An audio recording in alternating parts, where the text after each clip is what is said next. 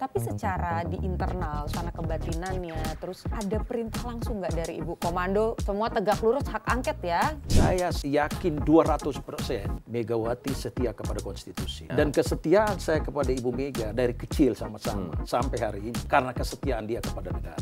Jangan Anda bangun negara ini dari atas bangkai-bangkai. Sejarah Indonesia ini selalu dibangun di atas bangkai. Makanya tidak pernah cita-cita mau jadi negara Indonesia emas. Kalau model begini mau emas apa? Mas Jokowi. Coda. Ya karena memang generasi muda ini belum bisa. Nah, hanya ngomong-ngomong, omong-omong. Sepertinya Indonesia membutuhkan PD Perjuangan ada di luar pemerintahan dalam konteks sekarang. Saya Artinya juga Pak sebagai Putu. penyeimbang. Harus Sama ya? begitu. Kalau tidak besok saya minta sudah saya sendiri yang oposisi saja. Oke.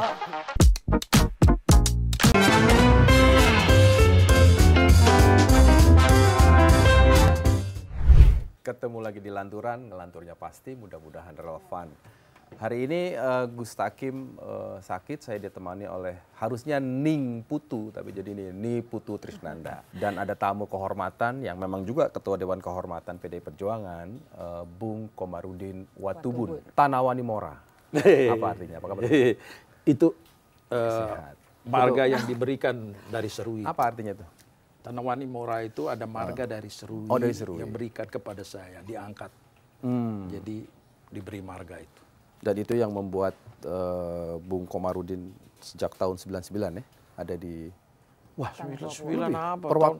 Kalau kuliahnya kan di Cendrawasih, tapi jadi anggota DPR-nya. Aktivitas saya di politik itu dari tahun 97, sudah di Papua. Sudah di Papua. Kemudian tahun 99 itu terpilih jadi anggota DPR. Tahun 99 pertama kalinya. Jadi Kota Jayapura. Kota Jayapura.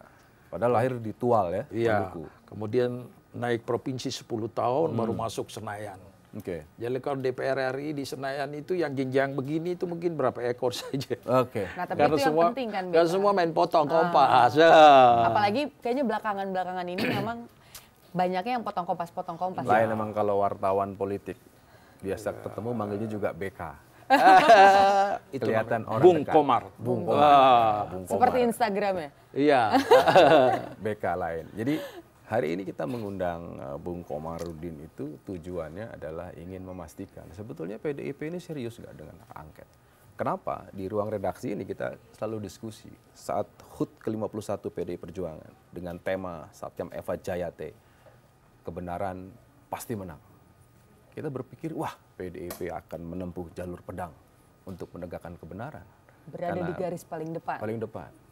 Tapi hari ini wartawan politik yang ada di PDI Perjuangan mengatakan kayaknya masih belum jelas Mas Angin. Oh, sembarang saja. Bukan belum jelas, politik itu soal momentum. Oke. Ya. Jadi saya yakin 200%. 200% Megawati setia kepada konstitusi. Itu yang harus diingat. Artinya? Dan kesetiaan saya kepada Ibu Mega dari kecil sama-sama sampai hari ini. Karena kesetiaan dia kepada negara. Ya. Ya. Ada ini Mas yang menarik juga sebelum kita lanjut ngobrol. Tadi kan dibilang 200% yakin bahwa Ibu akan Sebagai ketua umum ya? sebagai ketua umum akan mendorong hak angket. Tapi secara di internal suasana kebatinannya, terus ada perintah langsung nggak dari Ibu Komando, semua tegak lurus hak angket ya? Iya. Ada dua perintah bisik-bisik dan perintah lantang. Sekarang ini kan proses ini lagi berlangsung. Nah. Ya. Kemudian juga urusan hak angket itu tidak bisa orang dengar di jalan langsung wah ini kita angket. Tidak seperti itu. Ini harus mengalami sebuah proses konstitusional. Ya. Makanya ini semua berproses. Apalagi hasil pemilu amburadul juga masih belum selesai. Ya. Jadi mau diuji atau tidak diuji ke hasil pemilu kan harus orang tahu dulu. Baru ujian mau di ke Mahkamah Konstitusi maupun ke hak angket. Nah, hak angket itu adalah hak konstitusional anggota parlemen untuk menguji dan itu pemerintah. normatif kan sebetulnya. Itu sangat normatif. Dan itulah jalan terbaik untuk menghormati, menghargai harkat dan martabat presiden. Ya. Masa urusan begini harus PBB juga untuk ikut membicarakan. Wah presiden, saya baca kemarin ada di berita kan. Baru keluar di berita. Anggota Komnas HAM, Badan Perserikatan Bangsa-Bangsa ikut membicarakan tentang netralitas Presiden Republik Indonesia kan memalukan. Dan hak angket itu yang menjadi Hak forum angket, klarifikasi. yes, itulah yang meluruskan supaya jangan urusan kecil ini orang asing juga ikut mengatur gitu. Bahwa kita ini juga bangsa beradab. Ya. Bukan ecek-ecekan ini. Tapi kenapa justru prosesnya seperti maju mundur ya? Artinya Ya, itu kan tidak. hal yang Saya kira gampang. kalau kita harus terdepan lah. Ya, kita harus terdepan. Kenapa PDI Perjuangan tidak punya pilihan lain? Oke. Ya. Kemarin kita mendukung Ganjar dengan Mahfud, itu kan soal pilihan ideologi. Oke. Ya.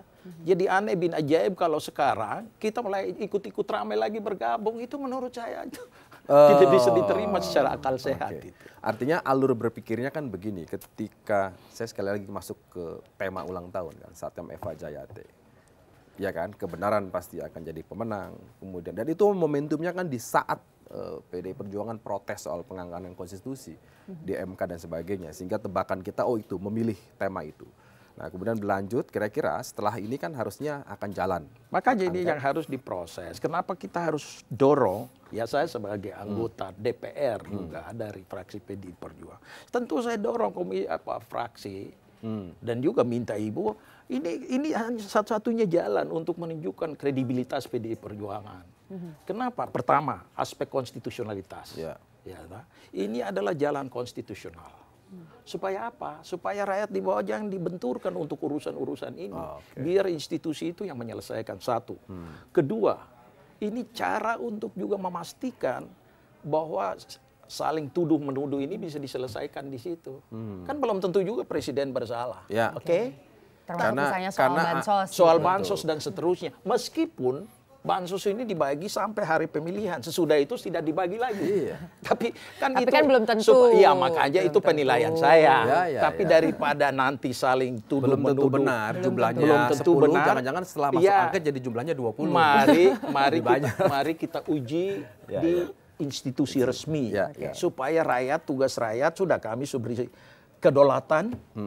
Kemudian kalau kedaulatan ini disalahgunakan, ini jalur untuk diselesaikan. Jangan rakyat dibenturkan lagi, kasihan kan. Berarti harusnya Presiden Jokowi nggak Sebentar, takut dong. ini satu. Kedua, jangan Anda bangun negara ini dari atas bangkai-bangkai.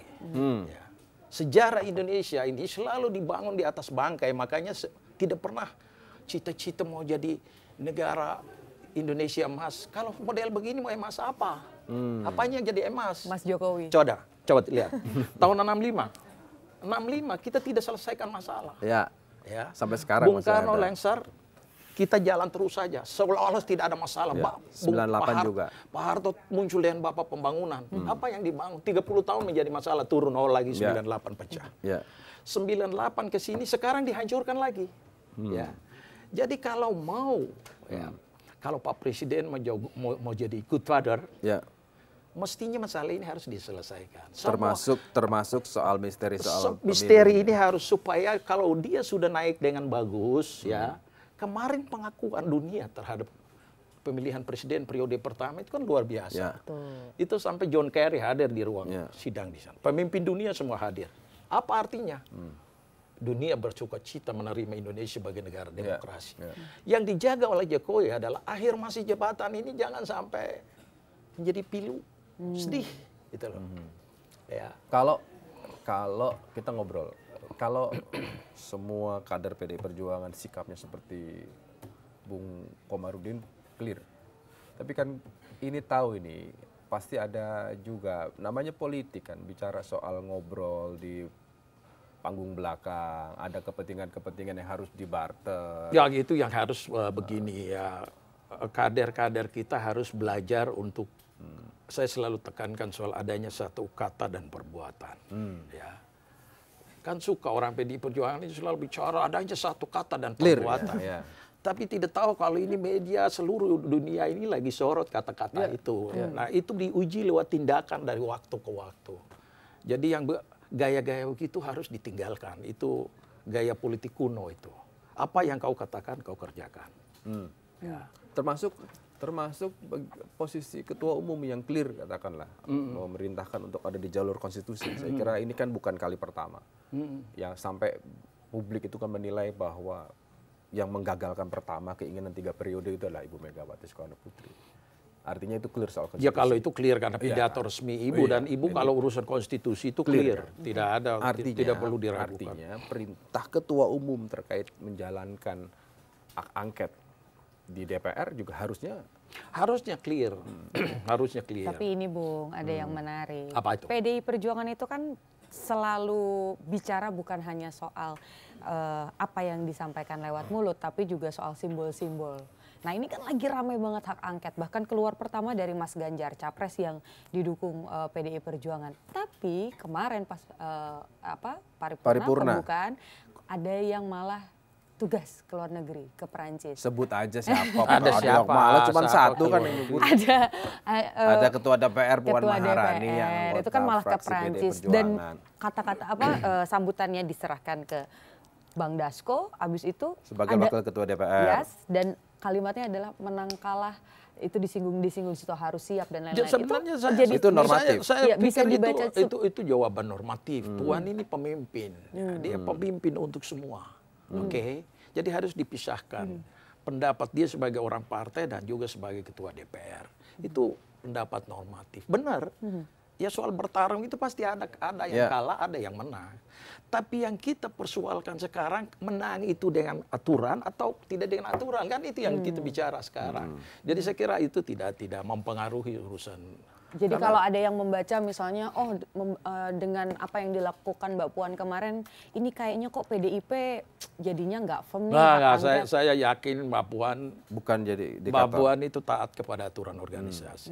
Begini, contoh kemarin, Mbak Puan kita semua anggota fraksi bekerja sosialisasi Mbak Puannya ke seluruh Indonesia, kepaksa kebinekaan.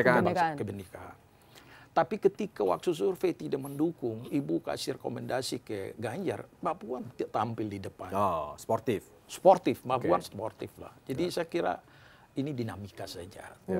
Tapi karena proses pemilu ini belum selesai juga, pasti semua menunggu momentum. Tapi yang paling penting begini, ini di publik ini kan sudah ada pro kontra di level elit juga. Jangan angket. Apa yang ditakutkan soal angket? Ya. Justru itu yang menarik. Kalau orang ribut di jalan, kalau orang demo segala bilang wah ini mengganggu stabilitas nasional. Jangan kita kembali zaman Pak Harto lagi dulu soal stabilitas Bahkan nasional. kalau mengacu ke 2019, kita ingat kan bahwa sampai ada perang di depan Bawaslu. Ya. Iya kan? Kalau dibandingkan sekarang ini pasca pemilu itu lebih parah. Lebih parah. Jadi dan yang tadi saya sampaikan, Bung, jangan sampai membangun di atas bangkai-bangkai. Oke. Itu maksudnya semua masalah harus diselesaikan. Apalagi Jokowi mau jadi good father, jangan meninggalkan luka, meninggalkan. Bagaimana kau mau mempersatukan bangsa sementara ada yang tersakiti? Oke. Tahun 98 sisanya apa? Masalah pelanggaran HAM. Hari ini apa? Kita mau bangun Indonesia emas ke depan, tapi banyak yang tersakiti dan belum terjawab sampai hari ini. Presiden ke presiden selalu menjual isu HAM untuk memperoleh elektoral kemenangan, tapi tidak menyelesaikan masalah. Malah sekarang Jokowi kubur itu masalah HAM. Dan itu akan menjadi beban bagi dia. Dan itu jangan pikir masalah ini lalu mau Indonesia emas. Emas apa? Kau bangun emas di atas bangkai-bangkai? Tidak. Oleh karena itu. Emas-emas yang ada di mana-mana. Oleh karena itu sebaiknya mari kita semua harus hati terbuka. Tidak usah. Karena begini. Bedanya kali ini, gerakan ini semua mahasiswa perguruan tinggi, intelektual, seniman, soal kemunduran demokrasi ya. Yang tidak berkepentingan langsung urusan politik praktis, bergerak semua. Dan ini berbahaya kalau tidak ada kanal untuk kanalisasi, menyelesaikan persoalan. Nah, jadi jangan anggap tidak masalah, menang masalah selesai. Oh tidak. Kenapa saya dan Putu dari tadi bertanya, meskipun sudah dapat jawaban lah, 200% Bung Komar yakin ini akan jalan ya dari PDI Perjuangan. 200% itu cukup lah buat kita ya, Putu ya. Lebih harusnya kalau 200. Tapi ini bicara kelanjutannya. Kelanjutannya adalah kalau kita berasumsi ya, kalau memang angket ini firm jalan, PDI Perjuangan terdepan, kita membayangkan PDI Perjuangan akan ada di luar pemerintahan. Kira-kira gitu rumusnya. Lah PDI Perjuangan mau masuk di pemerintahan? Iya. Nggak boleh dong. Karena kalah pemilu. Bukan kalah pemilu, kita menghargai yang menang dong. Jangan Menarik. ini kita bangun politik akomodasi yang sebenarnya tidak rasional. Yang saya sebut kita ini lagi problem soal logika, ya. Anomali logika namanya. Ya, logika kita suka kacau-kacau. Hari ini ngomong lain, besok lain. Ini bilang tidak, besok bilang ya. Ini kekacauan logika berpikir.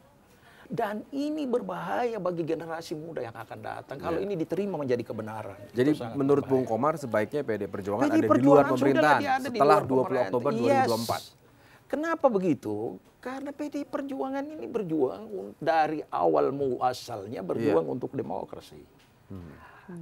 Kata demokrasi, perjuangan esensi dari demokrasi itu adalah perbedaan. Harus ada yang menjadi alat kontrol di dalam. Kalau semua masuk di dalam, pertanyaan ini membuat saya teringat tulisannya Pak Letnan Jenderal Kiki Sanaki. Dia tulis beberapa waktu lalu. Jadi ada satu kelompok pasukan serbu satu kampung, kurang lebih begitu ya, tidak pas ya, tapi intinya serbu satu kampung, semua perempuan kampung itu diperkosa. Hanya satu perempuan yang tampil, dia pegal itu kepala pasukan itu. Lalu habis mereka keluar, yang lain semua pakaian compang-camping, dia dengan pakaian bersih dan bawa kepala. Kepala si pemerkosa. Wah, wanita-wanita semua senang. Waduh. Ternyata bisa. Kau hebat, begitu bangga dengan dia. Tapi habis itu mereka pikir, waduh, tapi kalau suami-suami kami semua tahu, ternyata dia bisa, berarti kami tidak menjaga harga diri kami. Oke? Akhirnya mereka ramai-ramai bunuh dia lagi. Apa artinya? Sama dengan tadi. Kalau kita sama-sama di sini, ya sudah kita sama-sama bergabung untuk tutup semua aib yang terjadi. Dan itu bukan membangun masa depan untuk negara apa yang ada baik. pemilu juga. Kan? Dan untuk apa ada pemilu? Kalau hanya sekedar begitu sudah. Yang disampaikan Bung Komar itu kira-kira akan mengkristal jadi sikap utuh dari partai atau masih bisa dibilang ini sikap individu? Makanya sikap individu ini harus terus disuarakan. Tadi Anda bilang ya, karena di dalam sendiri begini, di dunia ini begitu sudah. Orang dari zaman Nabi dulu juga sama, murid yang setia dengan mereka saja mereka berkhianat. Jadi soal pengkhianatan itu kan terjadi terus-menerus, dan sekarang kita juga ikut menikmati soal pengkhianatan. Berarti kalau bicara soal itu kan beberapa kali juga di lapangan gitu ada informasi kalau Pak Jokowi itu pengen membuka komunikasi dengan Mas Ganjar, dengan Ibu, konsolidasi biar gini lagi gitu. Pertemuan itu mungkin? Ya boleh saja, tapi pertemuan itu harus, saya bagaimana ya? Jangan kita berpura-pura di depan bagus, di belakangnya itu membangun negara tidak seperti begitu. Tidak bisa.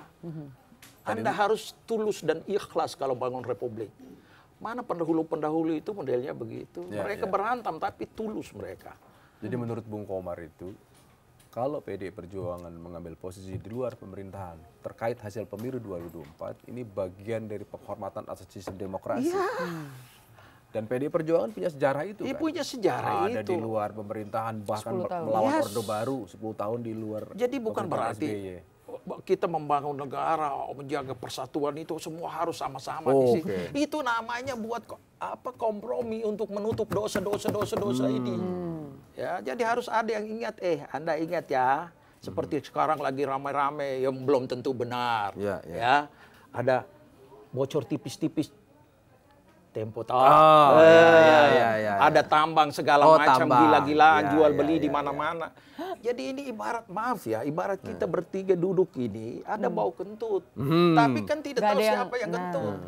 Itu barang ada. Makanya tetap di luar, jangan di dalam. Jadi jangan kalau kau menjadi orang yang masih punya nilai peradaban, jangan ikut cara-cara yang tidak beradab. Kita boleh lega ya kalau mendengar sikapnya Bung Komar ini. Hanya pertanyaannya kan kita menanti ini menjadi sikap resmi dari partai politik. Makanya gitu kan? itu bertahap. Anda juga jangan padamkan lilin kecil ini supaya mati di tengah gelapnya malam.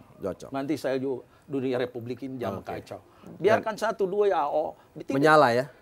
Katakan Bung Rocky. Orang semua bilang Rocky begono. Sekarang paling ternyata kan dia ngomong benar. Termasuk PD Perjuangan dulu juga mau pergi gugat dia kan. Sekarang apa yang terjadi? Karena memang kebenaran itu butuh pengorbanan dan tidak semua orang mau berkorban untuk kebenaran. Mantap. Oke. Tapi kalau bicara soal teknis, tahapannya hak angket ini sudah di tahap konsolidasi dengan partai lain, kemudian naskah akademik ini udah rampung, BK? Kemarin saya ngobrol dengan Sekjen, naskah akademiknya sudah selesai. Sudah selesai. Dan begini, soal hak angket ini juga jangan belum apa-apa pikir wah ini nanti untuk jatuhkan presiden. Ya. Wah ini nanti batal. Hanya normatifnya hanya berhenti di rekomendasi ini, kan ya. Ini nanti membatalkan hak pemilu. Nggak ada partai politik semua berkepentingan. Yang masalah di mana? Pemilu itu berjalan. Menjadi masalah itu ada di masalah, ada tuduhan bansos, ada tuduhan keterlibatan aparat. Kita mau bersihkan juga nama aparat kita dari cerita-cerita begini supaya tidak menjadi simpang siur, berita liar di luar. Ya, cukup sekali buat salah. Zaman Orde Baru itu begitu digunakan aparat masuk di dunia politik menyebabkan meledak 98. Oke. Sebagai bangsa yang jangan seperti keledai, jangan ulangi dasar itu. Contoh seperti itu. Jangan tunjuk saya dong keledainya, BK. Bukan. Maksudnya kata orang bijak begini. Kata orang bijak, keledai sekalipun tidak bisa masuk ke lubang yang sama untuk kedua kali. Jadi kalau kita masuk lagi berarti kita lebih bodoh dari keledai. Kira-kira begitu. Tadi saya sepakat dengan Bung Komar, harus terus memupuk semangat yang tadi, sikap-sikap tadi. Dan itu berproses ya kan. Tapi hari ini kan di luar melihatnya PD Perjuangan sebagai partai pengusung Joko Widodo di 2 periode. Ya kan? Pasti, gitu kan. Nah ini kan situasinya begini. Belum mengembalikan kartu, masih jadi anggota PD Perjuangan. Dari sisi PD Perjuangan mengatakan nggak mungkin kami ini memecat seorang presiden. Situasi ini kan bagi publik dalam konteks pembelajaran politik ya, itu kan perlu klarifikasi, kejelasan. Ketika PDI Perjuangan bersikap mempertanyakan ada pengangkangan konstitusi, ada kemunduran demokrasi. Tadi harapan publik adalah oke, jelas di mana ini posisinya. Apakah PDI Perjuangan akan segera memecat atau segera mengganti? Ngapain memecat Jokowi? Jokowi pecat diri sendiri. Jadi caranya gimana? Menyerahkan itu ya? Kita ini tetap menjaga etika. Kita berjuang sekarang soal kebenaran, keadilan, bla bla ini kan soal etika. Betul. Ya. Seorang pemimpin itu harus punya 3 hal yang itu mendasar dalam kepemimpinan. Punya logika yang benar, etika dan estetika itu kuncinya. Kalau tidak punya ini nanti liar. Nah kita kembali kita ini hanya bunga-bunga. Betul, nggak apa-apa. Karena kita butuh bunga-bunga. Jadi kembali ke urusan tadi. Anda tahu Pak Jokowi maupun anak-anak ini ada punya satu ilmu baru. Ilmu playing victim. Jadi kalau kau buat sesuatu dia putar balik itu barang. Jadi seolah-olah saya ini disolimi, saya dibuat. Ini jangan dididik kepada generasi yang akan datang, rusak ini negara. Kalau pola pikir begini. Oleh karena itu, karena dasar etika itu kita tidak mau mengambil tindakan selevel itulah. Atas, ya kan harus punya kesadaran juga. Masa 5 tahun, 10 tahun di Solo bersama PDI Perjuangan, DKI Jakarta, 10 tahun jadi presiden. Ya sudahlah. Itu nanti Pak Jokowi yang jawab sendiri. Tapi saya tidak mau tiga bagian itu. Jangan sampai dipikir apa kita masih pikir Jokowi sudah itu urusan. Putu itu tadi sebelum kita mulai bisik-bisik ada informasi bahwa Pak Jokowi akan bergabung dengan Golkar. Sehingga kita mesti bertanya kan harus jelas dulu. Ya sudah silakan saja. Silakan saja. Kenapa mesti pusing dengan Jokowi? Putu silakan saja itu. Putu risau kalau sekali menurut sama saya kita Golkar. tidak perlu untuk pikir itu jalan. Pilihan hidup beliau, ngapain kita mau pusing Den? Bagi saya seluruh keluarga besar PDI Perjuangan hari ini harus bersatu ya dengan kekuatan yang sisa, tetap menjaga NKRI. Itu tugas mereka. Dan bukan urus keluarga, apalagi sepertinya Indonesia membutuhkan PDI Perjuangan ada di luar pemerintahan ya, dalam konteks sekarang. Saya juga sebagai penyeimbang. Sama ya? Sama. Nanti kalau tidak besok saya minta sudah saya sendiri yang oposisi saja. Maksudnya kalau partainya gabung, BK mau tetap di luar sendiri. Oposisi. Ini sebagai individu ini menarik. Lah bagaimana? Tadi saya sudah bilang. Anda harus bantu saya. Oh, pasti. Biar satu lilin. Justru kita hadirkan di sini, kita bantu. Biar percikan api lilin ini tetap di tengah gelapnya malam. Jangan sampai sali ini mati, sudah kita semua tenggelam dalam kehancuran malam. Jadi malam gelap di luar tubuh bersiap menjadi single fighter, berada di luar pemerintahan. Tapi masa iya sih yang lain nggak mau bantu? Tapi ini cocok karena ketua bidang kehormatan betul. yang paling punya kepentingan menjaga marwah dan kehormatan partai. Tugas saya itu jaga marwah, kehormatan, wibawa partai. Kalau tidak bisa jaga ya lebih baik kok mati saja itu. Sudah jatuh ketimpa tangga nggak ngapa-ngapain lagi ya BK ya? Semoga Ibu Megawati mendengar apa yang disampaikan oleh Bung Komar. Saya kira hati ibu itu sama kita. Ya, saya yakin betul ya. Dan itu buat PD Perjuangan biasa kan ada di luar pemerintahan. Begini, bukan hal baru gitu. Waktu penderitaan Orde Baru itu ibu berhadapan. Saya masih ingat di Papua itu ibu datang bulan Desember tahun 93. Ibu Herawati, Tartusudiro, Pak Tarjo. Datang saya tidur, kamar tidur ini saya taruh kursi panjang tidur jaga ibu di situ. Kita sama-sama dari awal. Dan saya tahu bagaimana kesetiaan ibu itu kepada negara. Dan itu bisa terbukti. Dalam situasi yang pelik sekarang ini. Usia begini masih. Bung, saya mau cerita satu cerita. Penting ini, hal-hal yang. Dalam hidup saya itu baru menangis 3 kali. 1 kali bapak saya meninggal. 2 kali ibu saya meninggal. 3 kali ketika saya lihat tokoh-tokoh bangsa. Pas Ibu Sinta Nur Wahid, Pak Kures Sihab. Mereka rame-rame ketemu Wapres. Bicara soal Gerakan Nurani Bangsa ya? Gerakan Nurani Bangsa. Profesor Magnus Suseno. Fran Magnis. Begini, saya merasa sebagai generasi muda itu kita gagal. Gagal dan merusak. Usia mereka ini kan sudah harus untuk menikmati kemajuan. Tapi masih memikirkan persoalan bangsa. Tapi mereka masih memikirkan bangsa dengan kursi roda. Begitu juga dengan ibu. Seusia ibu ini sudah harus yang generasi muda ini melanjutkan dengan pikiran-pikiran, ide, gagasan Bung Karno yang diwariskan. Tegak lurus idealisme masih ibu masih. Kadang saya sedih lihat itu. Apa menurut Bung Komar yang membuat situasi jadi begini? Ada karena memang generasi muda ini belum bisa. Nah, hanya ngomong-ngomong. Nah, berarti kalau gitu bisa dilihat nggak sih BK bahwa ketika PDI Perjuangan benar hak angket maju, ini adalah hadiah di masa senjanya ibu bahwa gue masih bukan hadiah di masa perwujudan sikap ini ibu. Ini perwujudan sikap komitmen partai dalam menjaga mempertahankan negara, ideologi negara, demokrasi itu. Satu, kedua menjaga wibawa dan kehormatan presiden. Supaya masalah jangan sampai ini kita tutup dari luar yang kasih tahu ternyata kamu itu bermasalah dengan hasil pemilu. Dan nanti akan dibebani oleh sejarah berturut-turut. Memang sekarang kenyataan di PBB juga sudah melihat soal netralitas presiden. Mempertanyakan kan hal yang sebenarnya tidak perlu. Masih ada waktu untuk kita perbaiki itu biar kita menjadi negara yang. Jadi kalau ada yang tidak setuju atau tidak ikut bergabung mengajukan hak angket, ini justru yang menghambat jalannya demokrasi gitu, PK? Silakan rakyat yang menilai. Kalau argumentasi rakyat menilai ini memang ada dasar. Jangan rakyat dikasih bansos lalu bilang rakyat yang menilai. Itu yang argumentasinya lemah. Ya orang memang boleh berharap. Tapi gini, Bung Komar juga harus bisa paham kenapa media, kami ini juga termasuk publik sebagian barangkali agak meragukan gitu. PDI Perjuangan ini sikapnya gimana sih? Padahal kan harusnya jelas gitu.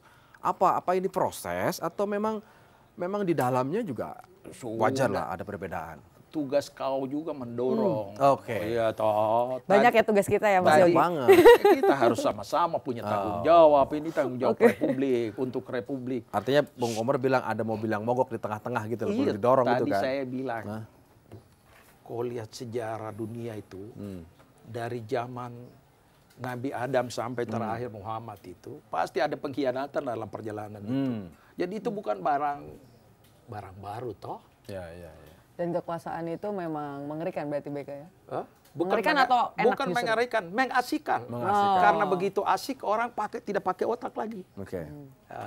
Kalau tadi 200% yakin hak angket jalan, kalau untuk berada di luar pemerintahan pasca 20 Oktober 2024, berapa persen keyakinan Bu Komar? Kalau saya ditanya keyakinan, 200% juga. Sama-sama 200%? Iya. Karena sampai hari ini tidak ada alasan untuk PDI Perjuangan itu gabung di pemerintahan. Apa alasannya? Kemarin saling menyerang satu sama yang lain, lalu habis itu kita mulai omon-omon lagi. Itu untuk apa? Dan itu bukan PDI Perjuangan ya? Itu karakter PDI Perjuangan sudah hilang, berarti sudah hanya mungkin di luar saja banteng, di dalam bukan banteng. Di dalam apa BK? Di dalam sudah bisa kerbau.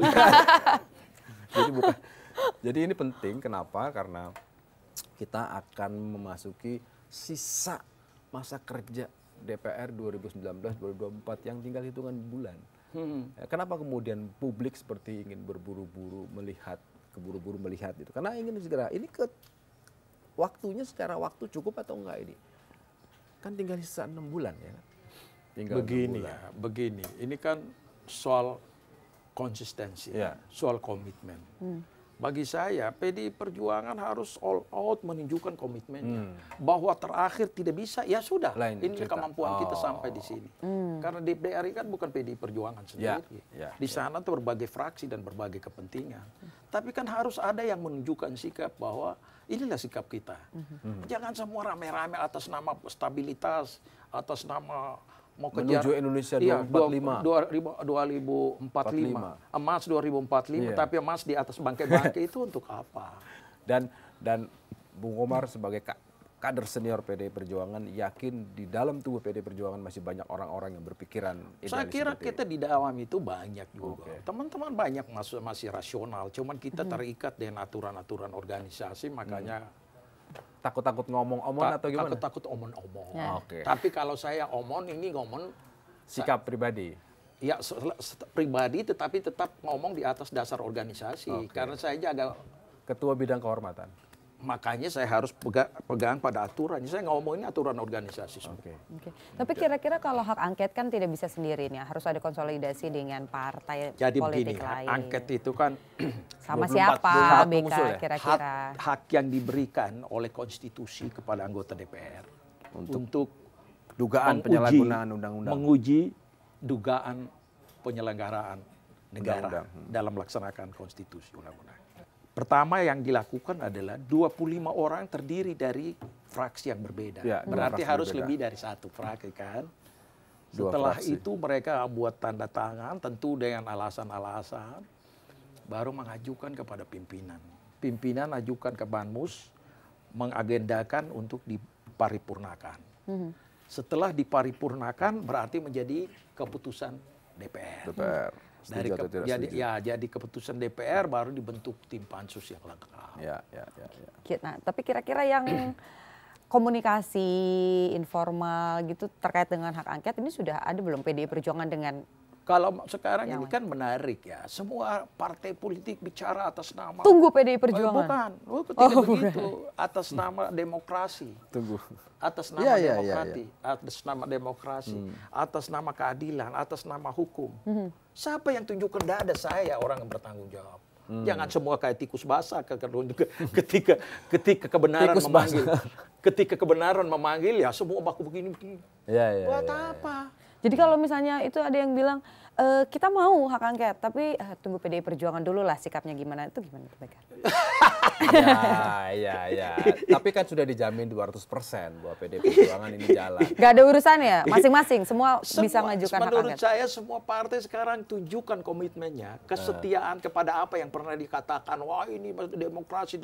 Jangan saling tunggu. Rakyat sekarang menilai siapa yang menunjukkan tunjuk dada sekarang. Ya. Jelas. Jadi jangan identitasnya. intip-intip begini. Apalagi ini seluruh kalangan akademisi apa ini kan orang berpendidikan semua lagi intip-intip ini. Tapi di luar itu semua yang paling partai ini penting. benar atau omon-omon saja. Kayaknya senang banget ya sama diksi omon-omon ya. Tapi yang pasti hari ini sudah ada pernyataan dari seorang kader senior PDI Perjuangan yang namanya Komarudin Watubun, Dapil Papua, siap menjadi single fighter. Oh ya, saya Di luar harus tetap pemerintahan. meminta untuk tetap menjadi lilin kecil di tengah kegelapan. Ketemu lagi di Lanturan minggu depan.